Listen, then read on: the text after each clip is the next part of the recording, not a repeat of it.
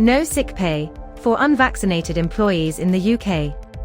In today's video update, we'll be discussing the sick pay cuts of unvaccinated employees.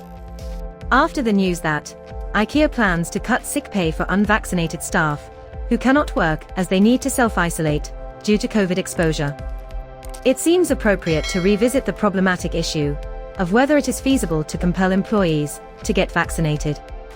Since COVID, the situation has changed again, which is due to both the Omicron variant with proof both scientific and in terms of the effect on workplace absences, signifying that this is more transmissible, and the introduction of mandatory vaccinations for health and care workers.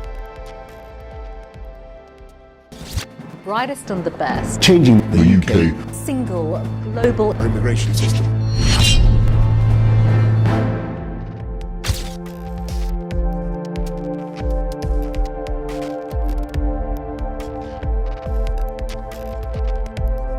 However, in general terms, the legal matters stay vastly the same, including the threat of claims based on protected characteristics and whether an employer can justify its actions stemming out of an employee's failure to get vaccinated as proportionate. Exhibiting proportionality is debatably more feasible where the unfavourable outcome for the employee has less impact.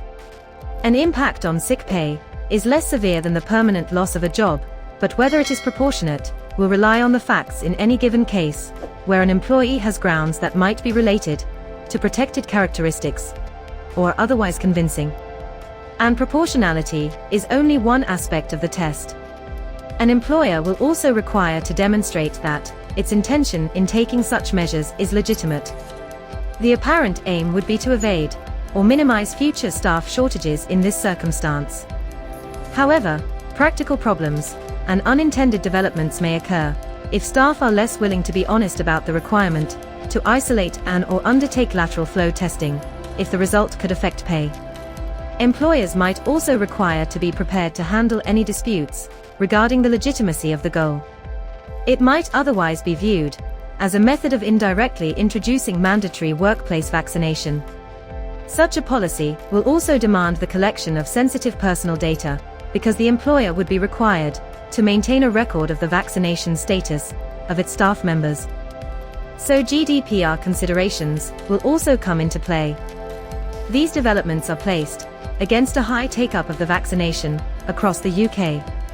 At the time of our update, about 90.5% of the population aged 12 and above had received their first dose, and more than 83.1% had received 2 doses. The increased protection from COVID that the overwhelming majority of employees have due to these vaccinations is evidently starting to broaden the employer's choices and provide them with the confidence to impose policies that limit the effect of COVID has on their businesses. This trend is likely to continue. The additional resilience that so many employees now bear against the virus may make specific arguments, such as against a return to office working, less compelling, further moving back the virus's effect on business practices, raising the options employers have. We have reached the end of today's video update. If this video was helpful, like and subscribe to our channel. Thanks for watching and supporting us.